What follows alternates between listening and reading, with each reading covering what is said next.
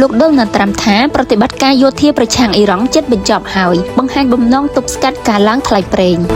ប្រធានាធិបតីសហរដ្ឋអាមេរិកលោកដូណាល់ត្រាំបានថ្លែងនៅថ្ងៃទី9ក្នុងសន្និសីទសារព័ត៌មាននៅរដ្ឋ Florida ភាគខាងត្បូងនៃសហរដ្ឋអាមេរិកថាប្រតិបត្តិការយោធាប្រឆាំងនឹងអ៊ីរ៉ង់នឹងបញ្ចប់ក្នុងពេលឆាប់ៗនេះទោះបីជាលោកមិនបានបញ្ជាក់ពេលវេលាច្បាស់លាស់ក៏ដោយនៅពេលដូចគ្នាលោកក៏បានបង្ហាញបំណងចង់ទប់ស្កាត់ការឡើងថ្លៃប្រេងឥន្ធនៈដែលកំពុងកើនឡើងយ៉ាងខ្លាំងដោយមានការលើកឡើងថារដ្ឋាភិបាលអាមេរិកអាចលុបបំបាត់ទណ្ឌកម្មជាបណ្ដោះអាសន្នចំពោះប្រទេសខ្លះដើម្បីបន្ថែមការផ្គត់ផ្គង់ប្រេងទៅទីផ្សារពិភពលោកយោងតាមសារព័ត៌មាន Reuters បានឲ្យដឹងថារដ្ឋាភិបាលអាមេរិកកំពុងពិចារណាបន្ធូរទណ្ឌកម្មលើរុស្ស៊ីនិងសម្របសម្រួលការចេញប្រេងពីឃ្លាំងស្តុកយុទ្ធសាស្ត្ររបស់ប្រទេសផ្សេងៗដើម្បីបន្ថយសម្ពាធលើទីផ្សារប្រេងផងដែរកន្លងមកលោកដូណាល់ត្រាំធ្លាប់បានបង្ហាញថាអាចទទួលយកសង្គ្រាមរយៈពេលវែងប៉ុន្តែការឡើងថ្លៃប្រេងនៅតែបន្តកើនឡើងនៅថ្ងៃទី9តម្លៃប្រេងស្តង់ដារអាមេរិកបានឡើងដល់ប្រហែល$119ក្នុង1បារ៉ែតក្នុងរយៈពេលខ្លីក្នុងពេលដែលក្តីបារម្ភអំពីការធ្លាក់ចុះសេដ្ឋកិច្ចពិភពលោកកំពុងកើនឡើងការថ្លែងរបស់លោកត្រាំ